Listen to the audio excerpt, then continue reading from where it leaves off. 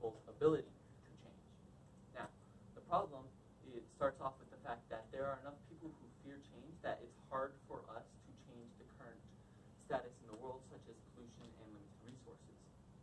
Margaret Thatcher, who was a previous Prime Minister of Great Britain, states that we are seeing a vast increase in CO2, in carbon dioxide within the atmosphere, and that there's an annual increase of 3 billion tons per year. Now, this 3 billion tons was during her time when she gave this speech to the National Assembly in 1989. Currently, we are seeing an increase of 38.2 billion tons of carbon dioxide per year. She also states that at the same time this is happening, we are seeing the destruction of a vast increase of tropical forests. Now, with this deforestation going on, this is also less plants to get rid of the carbon dioxide within the air and change it into oxygen, making the world less polluted. However, there's also one more: limited resources. Hannah Ritchie, who has a bachelor's in environmental geoscience and a master's in carbon management, found roughly how much time we have left of these three natural resources. In the blue and red are oil and natural gas respectively, where we have roughly 50 years left of it if we keep using it at the natural rate, which we will see depleted at the end of our generation if we don't change the way we use these resources. And coal will probably be at the end of our kids' generation with a little over 100 years left of it. Now, before we could solve the problem, we'd have to know what is change to help people make the change. And change, by definition, is the act or instance of making something different. Take this Rubik's Cube, for example. Every time I turn it, it is a change, as I am making the form of it different than it was before. Same thing as if I were to change a tie. I would be making my difference seen. I would be making my appearance different. A car crash is a much greater change, as you could be changing the state of someone's life, as you could change them from alive to dead in like that. Now, why do people fear change?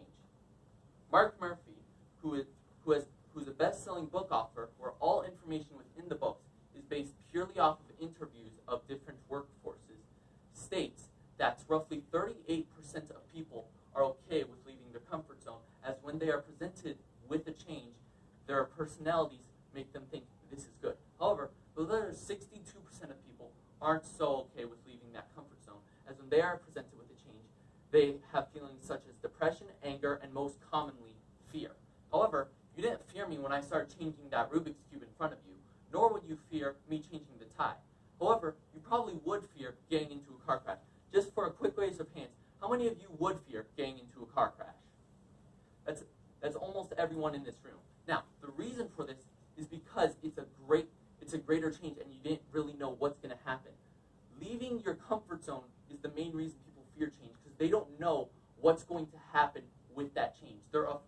It's not really they're afraid of change, but more they fear the unknown. Now, the solution to this problem would have to be making such a small change that people don't fear it, but also help them make the big change later on. And the solution that I propose is integration.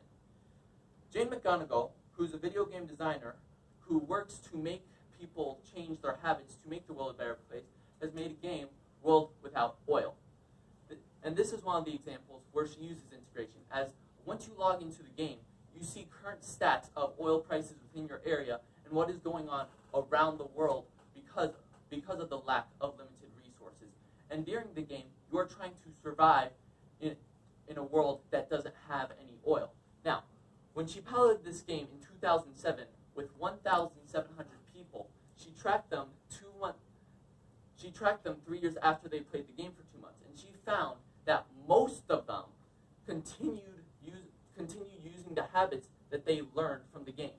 Now, the solution doesn't just have to be integrating these ideas into video games. We can integrate them into commercials on TV or even commercials on the radio to make it a more vast skill, so more people get the message that is trying to be put across. However, there are limitations to the solution. Specifically for video games, people will have to want to play the game in the first place. Because she did track them for 2 months, and as that seems the minimum time that is needed for people to actually get the message in their head to start the habit. However, if people don't want to play the game, if people don't want to play the game, it won't affect them in any way. Therefore, they will keep their current status. And other people, if the game doesn't seem interesting enough in the first place to start, they'll just keep playing Fortnite like they do every day when they get home. The second limitation is availability. Not everyone has a TV or the chance to play video games or even has a radio. In current research, of the 7 billion plus people on this earth, only 1.63 billion people actually have a TV. Therefore, that other 5+ billion people will not have the chance to see the integration of these warnings within TV, and probably less of a chance to get them in video games. Finally, people have to feel that their change will help. If they feel that their change won't help, there's no point, because of the fact that, say, like, I play a game, and I feel like, hey, this change will help, but then I go out in the real world, I'm like, I'm one person. There's no way my singular change will have to help. You have to feel the fact that other people will also make this change, as this game is, as these integrations are widely spread. And if you feel the change will help, and more people feel, this could have our limited resources and pollution drop. This could have our massive resources last longer and pollution drop massively. In conclusion, this is the best possible solution because it requires such a minimal change that these 62% of people won't fear it, and if they feel that their change will help, it will help. And if they feel their change will help, it will really help us all in the future for many generations.